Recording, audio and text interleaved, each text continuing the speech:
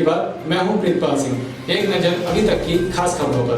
क्या ज्ञापन देने आए हैं? ज्ञापन हमारा तो अभी तक का जो कार्यक्रम था तो वो हम विकलांगों की मूलभूत समस्याओं को लेकर के जो गवर्नमेंट द्वारा अनदेखी की जा रही है और ज़मीनी स्तर पर जो है विकलांगों के कल्याण की जो योजनाएं चल भी रही हैं उन्हें सुचारू रूप से जो है विकलांगों तक पहुंचाया नहीं जा रहा है। लेकिन एक हमारी मांग आज सुबह ही बढ़ी जब हमने कल वाला आम बजट देखा।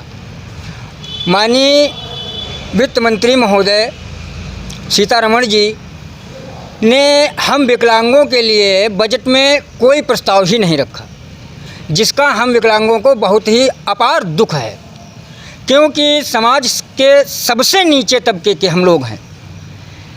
यदि हम लोग पारिवारिक सपोर्ट ना मिले तो जीवन यापन करने में कतई बिल्कुल समर्थ हैं ही नहीं, सिवाय परेशानियों के, जिसका आम बजट में कोई उल्लेख सीतारमण जी ने नहीं किया। ऐसे लोगों का क्या होगा? और प्रधानमंत्री महोदय माननीय नरेंद्र मोदी जी ने भी एक भी स्टेटमेंट सिवाय अपने बजट को का एडवर्टाइजमेंट करना जिसे कहते हैं, उसके अलावा किसी भी प्रकार के दिव्यांगों को लेकर के कोई बात नहीं करी। इससे हम बहुत दुखी हैं और हम मीडिया के माध्यम से माननीय प्रधानमंत्री केंद्र सरकार तक अपनी इस बात को पहुंचाना चाहते हैं। और हमारा जो पहले का कार्यक्रम था 11 सूत्री मांगें, हमने जो है नीति आयोग और माननीय केंद्र सरकार को भेजने का काम जो हम कर रहे हैं, उसमें हमारी मुख्य जो मांग है वो है कि आज तक स्वतंत्रता के 70-73 साल हो रहे हैं, आज तक दिव्यांग आयोग का गठन नहीं किया गया। मंत्रालय बनाए गए, कार्यक्रम हुए, लेकिन विकलांगों की स्थिति का आकलन करने के लिए कोई भी आयोग का गठन नहीं किया गया। हम सबसे पहला हमारा मुद्दा ये है कि विकलांग आयोग का गठन किया जाए। दूसरा मुद्दा ये है कि सन 2016 में हम लोगों को माननीय संसद द्वारा एक अधिनियम मिला 2016, जिसका नाम दिया गया दिव्यांग अधिकार अधिनियम। उसका ना ही प्रचार प्रसार हो सका और ना ही ज़मीनी स्तर पर उसके लाभ जो है विकलांगों को दिए जा रहे हैं। उसको तुरंत लागू करने के साथ साथ उसका प्रचार प्रसार किया जाए और विकलांगों को उसका लाभ दिलाया जाए। तीसरा हमारा यह है कि विकलांगों की दुर्दशा का आकलन अगर सरकार नहीं कर पा रही है तो कम से कम हर वार्ड और हर ग्राम पंचायत में एक विकलांग मित्र की स्थापना की जाए, जो कि विकलांगों की समस्याओं का आकलन कर सके और शासन प्रशासन को उसका लेखा जोखा भेज सके। चौथा हमारा यह है शिक्षा में हम लोगों को बहुत कठिनाइयाँ झेलनी पड़ती हैं। जैसे सबसे बड़ी समस्या यह है कि अगर जूनियर हाई स्कूल या intermediate high school, graduate school अगर हमारे 10-15 किलोमीटर पर हैं तो हम ट्राईसाइकिल से इसका सफ़र नहीं कर पाते हैं, जिससे हम शिक्षा के क्षेत्र में बहुत पीछे रह रहे हैं। और इसके लिए हम वैन की व्यवस्था मांगते हैं और उच्च शिक्षा में स्कॉलर हमारा बढ़ाया जाए और जो है वैन के साथ साथ हमको लैपटॉप या टैबलेट की व्यवस्था दी जाए। पांचवी हमारी ये समस्या आती है स्वास्थ्य के क्षेत्र में। स्वास्थ्य के क्षेत्र में भी प्राइवेट सेक्टर को लाया जाए। और छठी मांग हमारी है कि सामाजिक न्याय। हम लोग बाहर निकलते हैं, काफ़ी लोग ऐसे होते हैं, अभी हमारा एक विकलांग बंधु आया है जिसकी ज़मीन को ग्राम प्रधान ने 20 साल से कब्जा कर लिया है। उसने शासन प्रशासन की सारे दरवाजे खटखटाए, लेकिन उसको आज तक न्याय नहीं मिला। ये आपके थाना से आया है। तो और बड़ी ही अभद्र भाषा शैली के साथ हम लोग विकलांगों के लोग पेश आते हैं। तो हमारा मांग ये है कि उनको ऐसी एक्ट के अंतर्गत रखा जाए कि अगर विकलांगता को आधार मानकर कोई अभद्र टिप्पणी करता है तो कम से कम 6 महीने गैर जमानती जो है उसको जेल का प्रावधान होना चाहिए।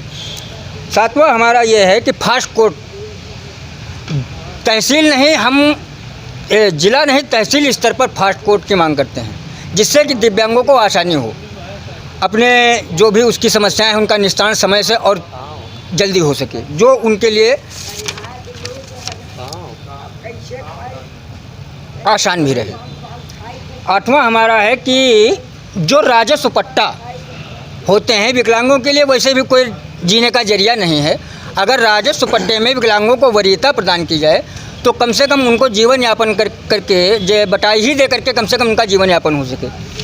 और उसके बाद आता है पेंशन। पेंशन का मुद्दा हमारा बहुत बड़ा है।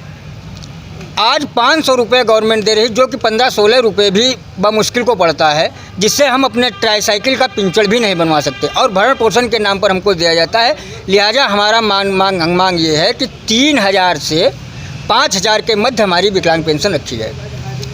और वाहन परिवहन के विषय में हम जो कह गए कि शिक्षा के क्षेत्र में हमको वैन चाहिए और हम लोगों को रोज़गार करने के लिए एक मल्टी यूल्टी ट्राईसाइकिल, रोज़गार ट्राईसाइकिल आती है, उसको जो है 60-65 प्रकार के जो विकलांग हैं परसेंट के, जो कि घूम फिर के अपना धंधा रोज़गार करें। हमारे उमेश जी हैं, ये ट्राईसाइकिल पर कपड़े बेचते हैं, इनकी स्थिति ये है। तो अगर इनको मल्टी यूल्टी ट्राईसाइकिल मिल जाए रोज़गार करने के लिए तो इनको आसान हो जाए।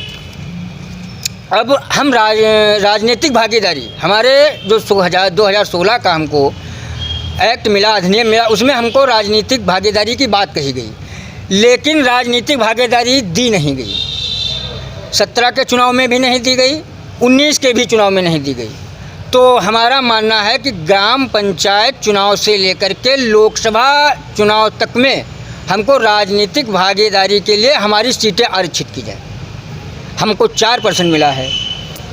और उसके बाद हम अपने फौजी मित्रों को की समस्या को सामने लाना चाहते हैं। हमारे फौजी मित्र आतंकवादी गतिविधियों में विकलांग हो जाते हैं, अन्य दुर्घटनाओं में विकलांग हो जाते हैं, तो वो पढ़े लिखे शिक्षित भी होते हैं। तो मेरा मांगना ये है कि जितनी भी विकलांग विभाग हैं उनमें उन फौजी भाइयों की नियुक्ति की जाए। और अभी हमारे इलाहाबाद में 69,000 शिक्षक भर्ती के लिए आंदोलन चल रहा है। प्रदेश सरकार और केंद्र सरकार कान में उंगली डाल के बैठी हुई है, कोई भी जो है उनके तरफ ध्यान नहीं है। और उनको भी 2016 में आरक्षण के तहत 4% कोटा मिला है, जो कि उसको भी नहीं गवर्नमेंट पूरा करे। हमारी मांग है कि हमारी शिक्षक भर्ती का कोटा भी पूरा किया जाए। आज युवा कांग्रेस के नए जिला अध्यक्ष सुयश वाजपेयी का नगर आगमन हुआ है। इस अवसर पर उन्होंने जिले में स्थित कांग्रेस कार्यालय में प्रेस वार्ता की, जहां उन्होंने नौकरी संवाद नामक कार्यक्रम का शुभारंभ किया। इस अवसर पर राष्ट्र की बात उन्नाव ब्यूरो चीफ प्रकाश शुक्ला ने जिला अध्यक्ष को मिठाई खिलाकर शुभकामनाएं दी। इसका मुख्य उद्देश्य है बेरोजगार युवकों की समस्या।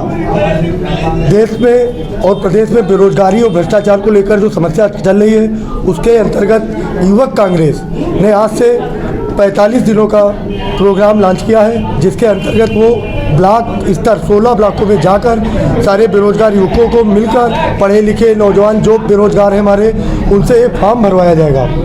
उस फॉर्म पे दिए हुए उनको भराकर दिए हुए नंबर पे मिस कॉल कराकर एक रजिस्ट्रेशन डाटा तैयार किया जाएगा।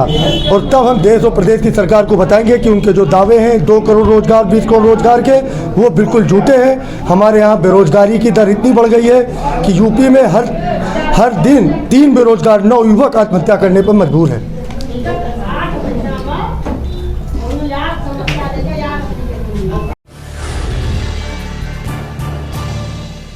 यातायात प्रभारी प्रदीप कुमार ने जागरूकता अभियान रैली निकाली। आज यातायात प्रभारी ने रैली निकालकर चौरी चौरा हत्याकांड के शहादत में एनसीसी द्वारा गांधीनगर तिराहे उन्नाव से यातायात जागरूकता अभियान रैली निकाली गई।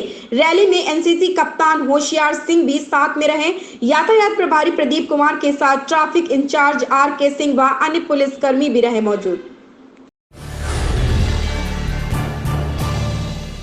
जिलाधिकारी ने डिस्प्ले वैन को हरी झंडी दिखाकर किया रवाना। मुख्यमंत्री योगी आदित्यनाथ के निर्देशन नेतृत्व में चौरी चौरा शताब्दी महोत्सव के शुभारंभ हेतु जिलाधिकारी रविंद्र कुमार द्वारा आज कलेक्ट्रेट परिसर में सरकारी योजनाओं के डिजिटल प्रस्तुतिकरण हेतु डिस्प्ले वैन को हरी झंडी दिखाकर रवाना किया गया। इसमें प्रधानमंत्री शताब्दी महोत्सव के संबंध में जनता से सीधे संवाद करेंगे, जिसका सीधा प्रसारण किया जाएगा। डिस्प्ले वैन से जनपद के विकास खंडों व तहसीलों में सरकार के जन कल्याणकारी योजनाओं का प्रचार प्रसार करना मुख्य उद्देश्य है।